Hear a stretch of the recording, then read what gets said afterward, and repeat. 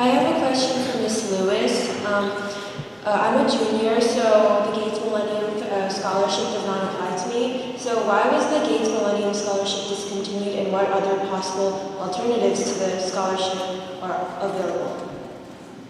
I'm sorry, was the first part of your question, why is it over? Why is it discontinued? Why is it discontinued? So the Gates Millennium Scholarship Program is designed as a 20-year project, and it was designed for 20 cohorts of students. So this is the last year. This is going to be the 20th cohort of students who will go through the program. They did the first 4 cohorts the first year in 1999, which is how it's adding up to 20 now. But they had an option to either put more money into the program or design a new one. So they opted to design a new one. What it's going to look like, who it's going to serve, what are the requirements, and all those things are the things that are currently being discussed right now and being designed right now. But what that structure is going to look like, at present we really don't know.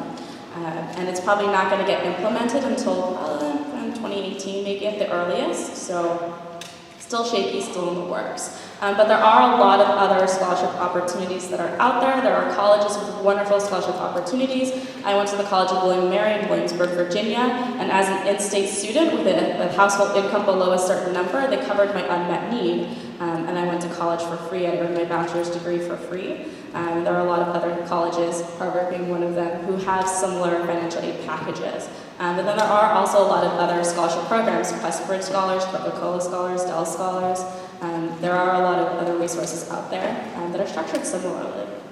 So there are other opportunities.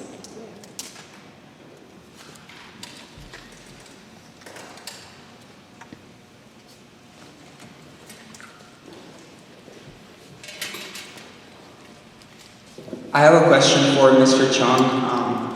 What is affirmative action and who does it affect? What was that? What is affirmative action and who does it affect? What is affirmative action? Okay, so affirmative action is very controversial.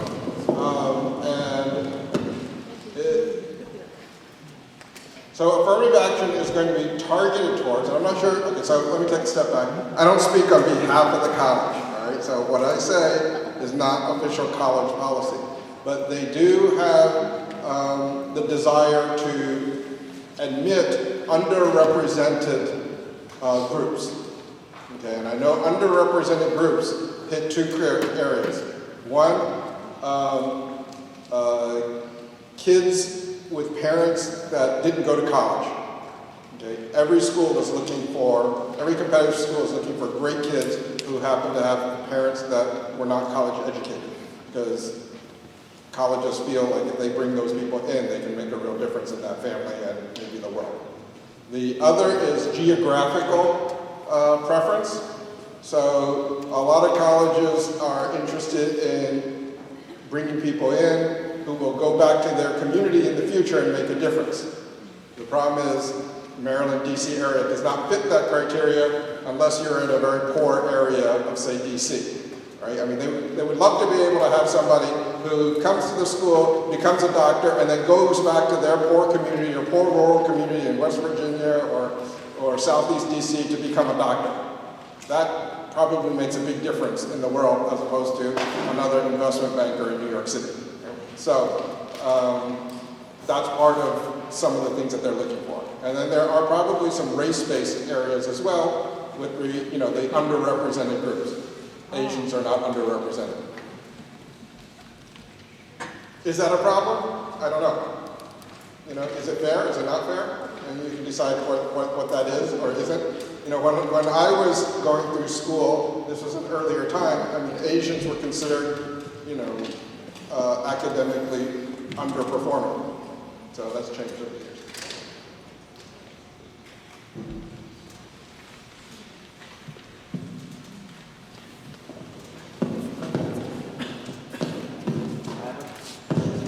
I have a question for Mr. Chung. So, which students does Harvard College interview? Which students does Harvard College interview? Which students? Yep. Every applicant is interviewed. Everyone. Everyone certainly in this area. There are some issues with some international, but it will be a face-to-face interview under an hour. And I choose who you interview. Yes, I have a question to Mr. Lewis. You did mention family contribution. What is considered family contribution? If I do have a 529, does that actually hinder my opportunity of getting scholarship? Could you repeat that, please? You did mention family contribution, and Yes. what exactly is considered family contribution? If I somehow have a rich grandpa put a 529 somewhere else, is that considered family contribution? Does that actually hinder my opportunity of getting a scholarship?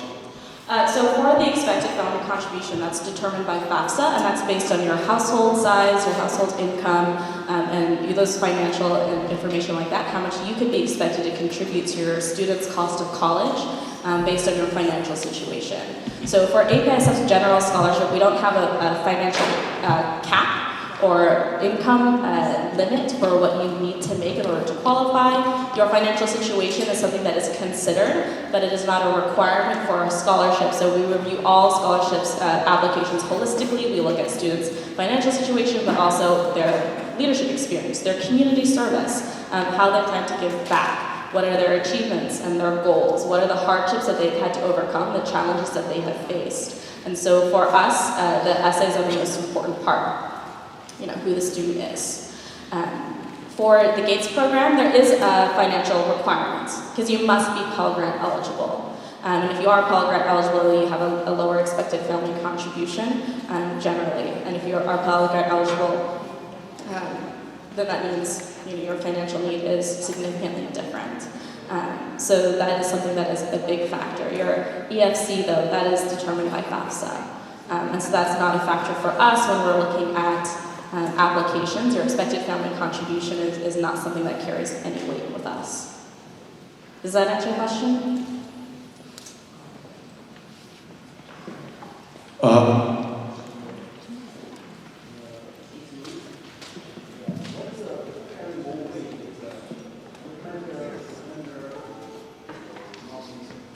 Which carries more weight, the nominator or the recommender form? So each form has different questions. And I would say they both carry equal weight because we want to know the student's achievements in school, but we also want to know what they've done outside of school. We want a well-rounded student who's involved in the community, who has leadership experience. One does not necessarily weigh more than the other, but it is equally important that both are strong and positive recommendations. Because we have had recommenders in the past not say great things about the student. We have received a recommendation letter where the recommender, all they said was, "This is a wonderful student, I highly recommend them for the scholarship." And that was all they said. But we want to know more. So for the nominator form, there are 5 questions, and you can preview the forms online, so you can see what the recommenders have to answer, what questions they have to answer, and what the nominators have to answer. So you can see the recommender form is shorter, it's only 3 questions. But they have equal space to talk. So it's how much they decide to offer.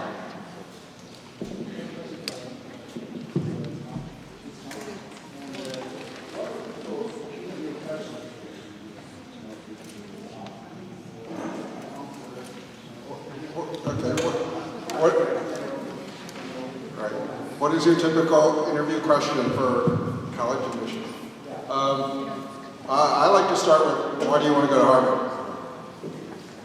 And then start the conversation from that. That's about it. What do you care about? What do you want to do with your life? What have you done in high school that's different? It's not going to be discussion about grades. It's not going to be discussion about test scores. It's not going to be anything that's already on paper. It's really looking for personality that can't be put down on paper for tests and grades. Yeah, tell about yourself. What makes you different? I have a question for Mr. Chung.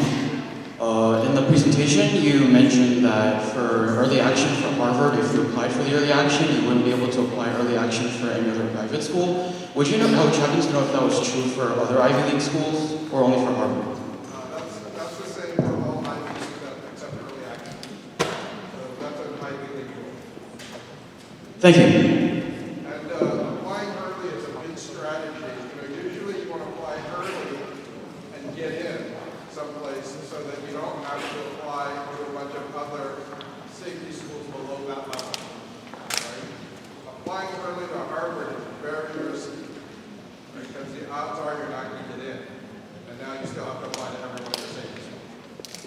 So you need to have a very strong portfolio, I think, to apply early and take that risk. Because otherwise you haven't gained much from early action. And most of the kids are going to get deferred. They're thrown in the same pool as everybody else. So unless you have an indication that you are going to get in, you may want to choose something that's a little more second tier as early action, so you don't have to apply a third tier.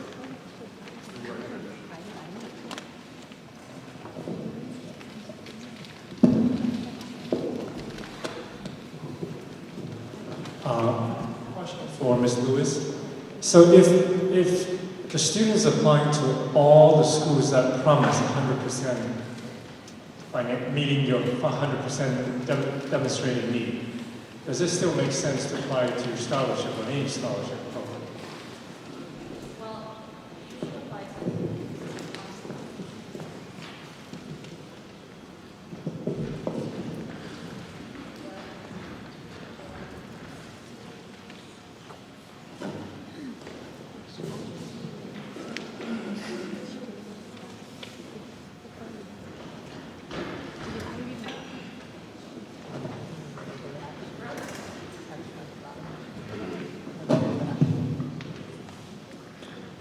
So you should absolutely apply to scholarships now, because a lot of the deadlines are happening now. For GMS, our deadlines in early January. You don't know which college you're going to be accepted to until, what, April, May, maybe as late as June. And you don't know what they're going to offer you, what the financial aid package is going to be until that time. So if you don't apply for scholarships, and what if you don't get into that college that covers your unmet need? And you have to go somewhere else, and they don't offer you as much, or maybe they don't offer a financial aid package at all, then how are you going to pay for college? Then it will be too late. A lot of students, they don't wait, they wait until the summer before college to start applying for scholarships, because then they're like, oh my goodness, the bill. But a lot of opportunities have already passed. Now there will still be scholarship deadlines in the summer before college you can apply for, but a lot of these larger packages, like the GMS scholarship and a lot of other packages that cover unmet need, that will pay the balance, a lot of the deadlines will have already passed. Now you can be a GMS scholar and go to college for free. If you go to a college, say if you go to Harvard, we do have scholars at Harvard, Harvard has paid their unmet need. So their GMS balance is zero, so for GMS, we don't pay anything. But they can still be a GMS scholar, because what if they want to go to grad school? What if they want to get a master's or a PhD degree? And if it's in one of our 7 funded areas, then GMS may fund that. So they want to be able to use GMS funds for their master's or PhD program. So my answer would be just apply to all the opportunities that are available, because you never know what you'll be receiving.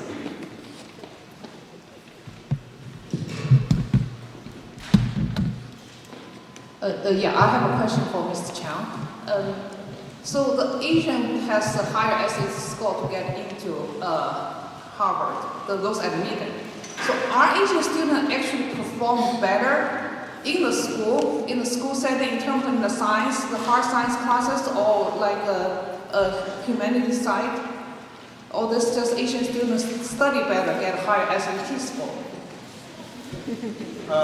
So this is a very controversial area, and again, I will say that this is not official Harvard policy. This is my impression of it.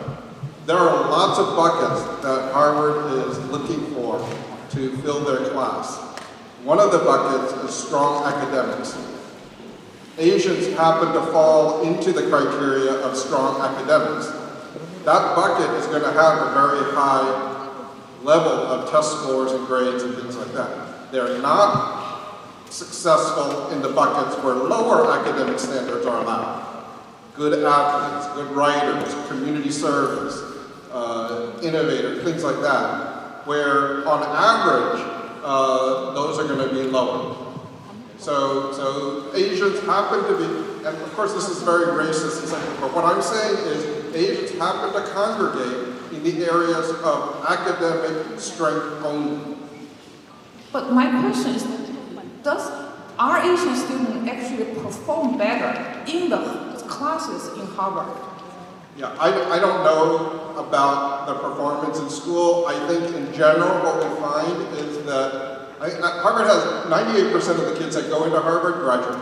It's one of the highest percentages of, I think it's the highest percentage of kids that graduate from college within a 4 or 5 year period of any institution. You know, and then the ones that drop out, like great Microsoft and Facebook and things like that.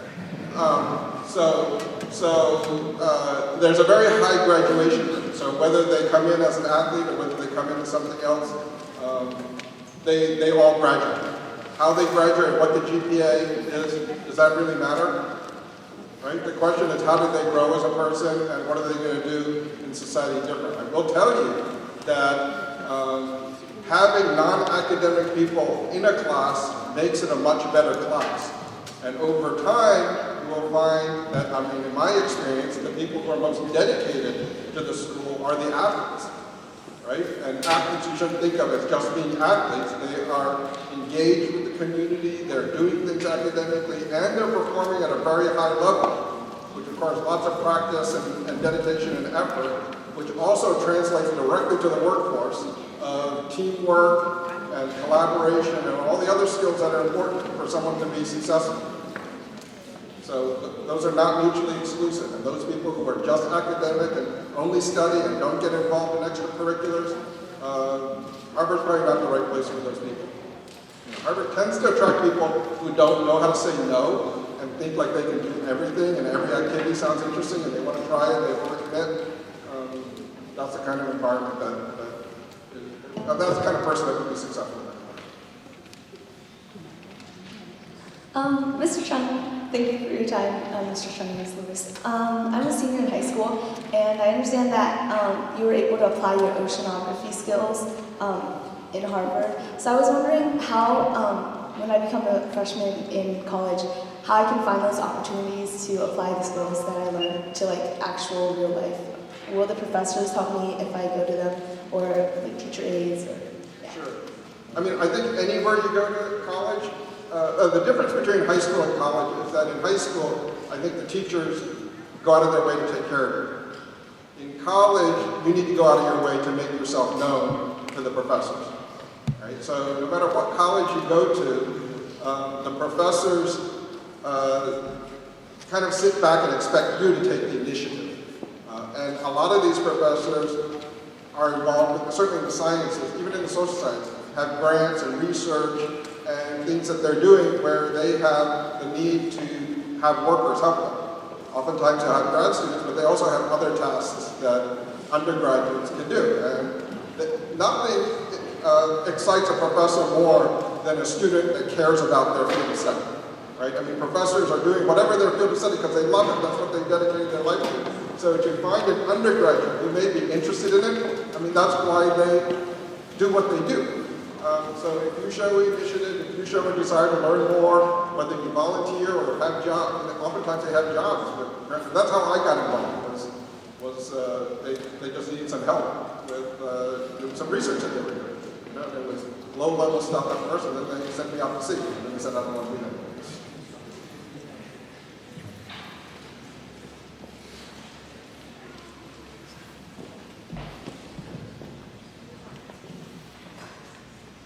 I have a question for both of you.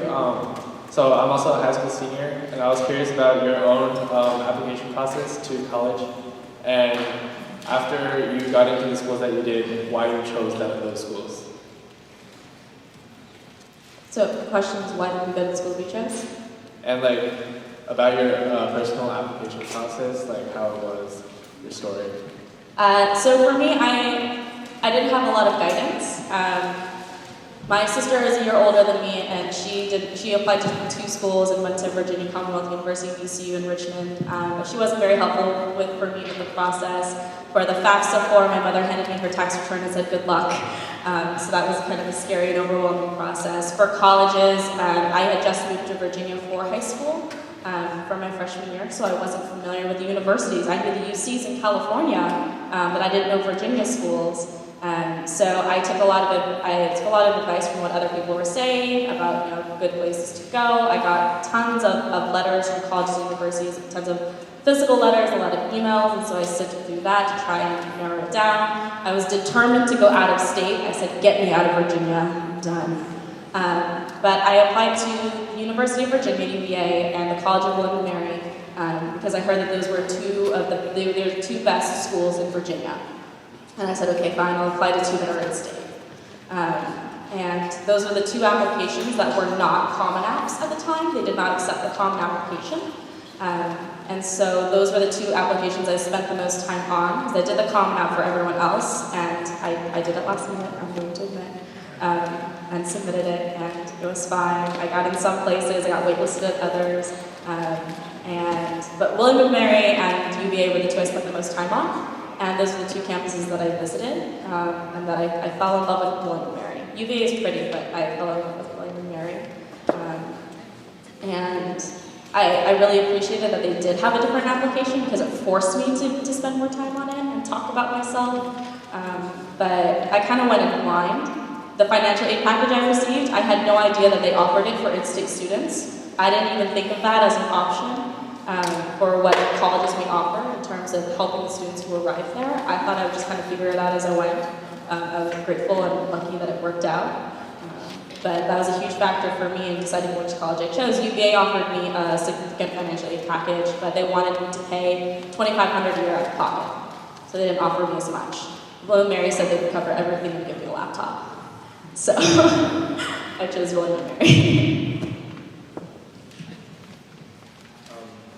When I applied to college, it was a totally different world. There was no Common App. You had to use a typewriter to fill out your application form. And some of the application forms were in color, so that meant when you did the correcting whiteout, it didn't work. So it was more of a typing test than it was an application process. Of course, kids don't even know what a typewriter is. I was fortunate to apply to some schools and I actually got into Princeton early and then got into Harvard later.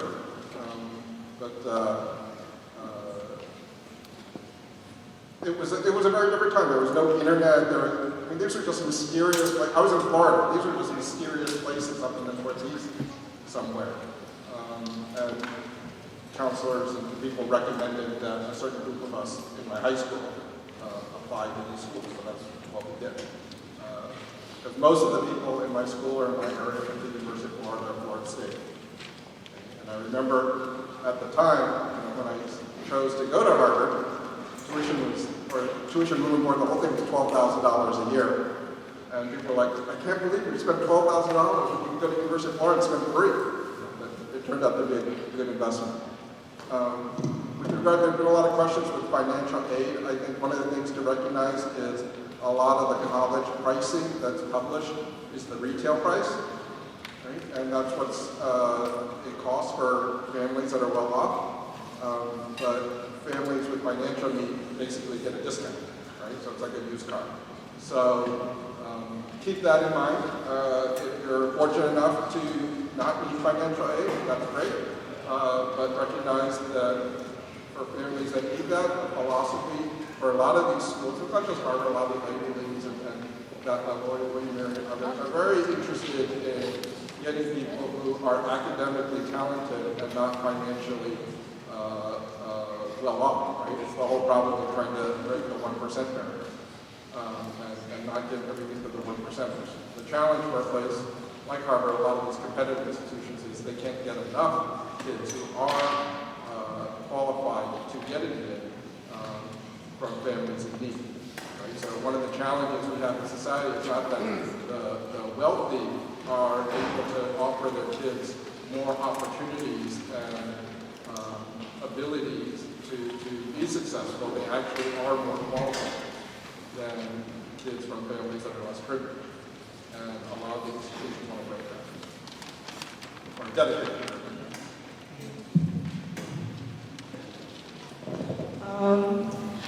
I been asking this question to Mr. Chung. What should you do if you don't know your major before you go to college?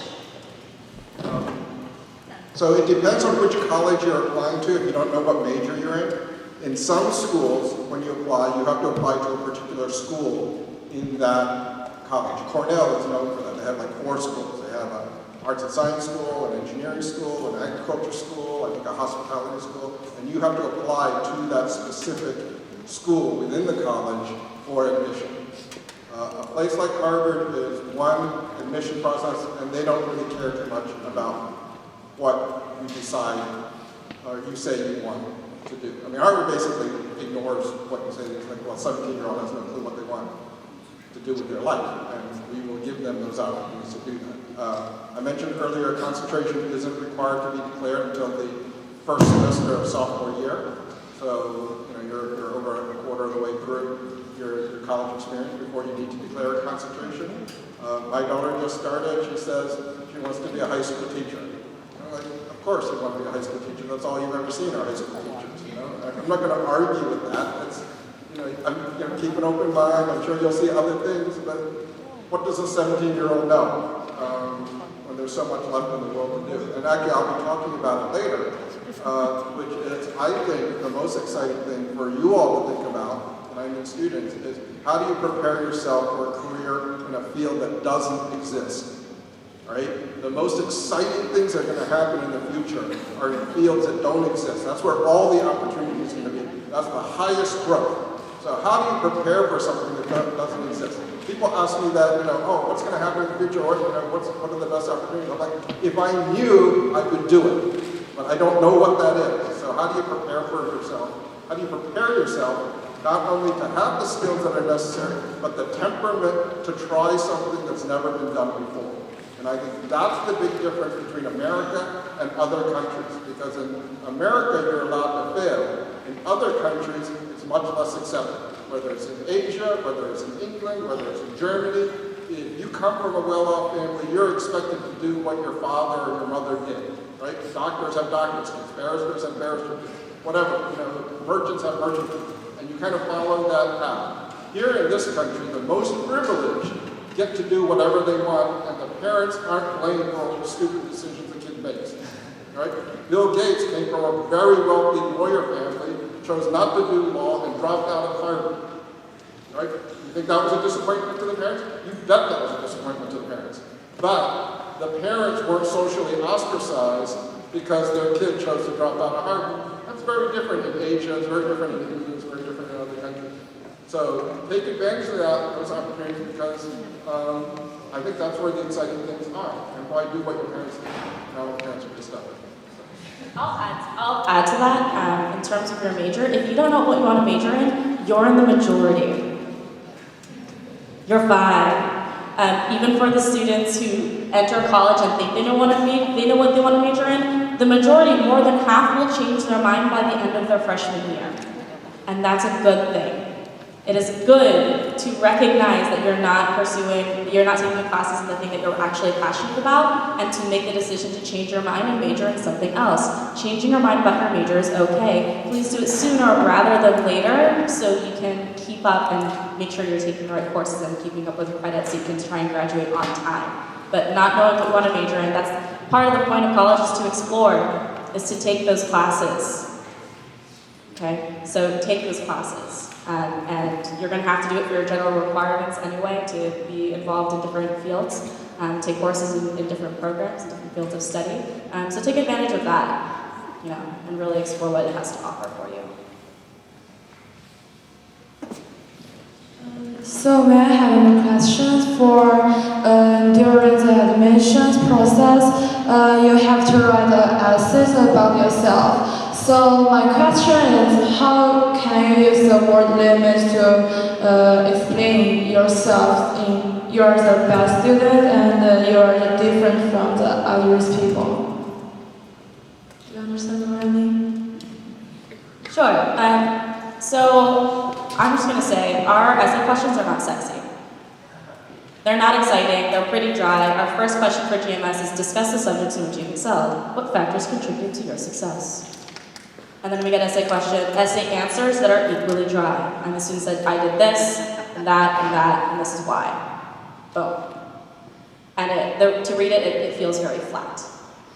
When we ask for your story, we ask to understand your personality.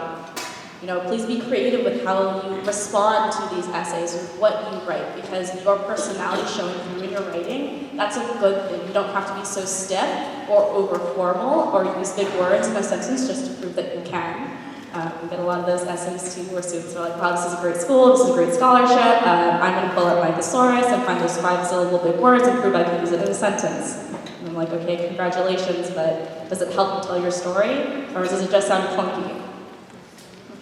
So the way you narrate your story is important. So we have readers for our scholarships. These are neutral third-party readers who are trained in reading applications.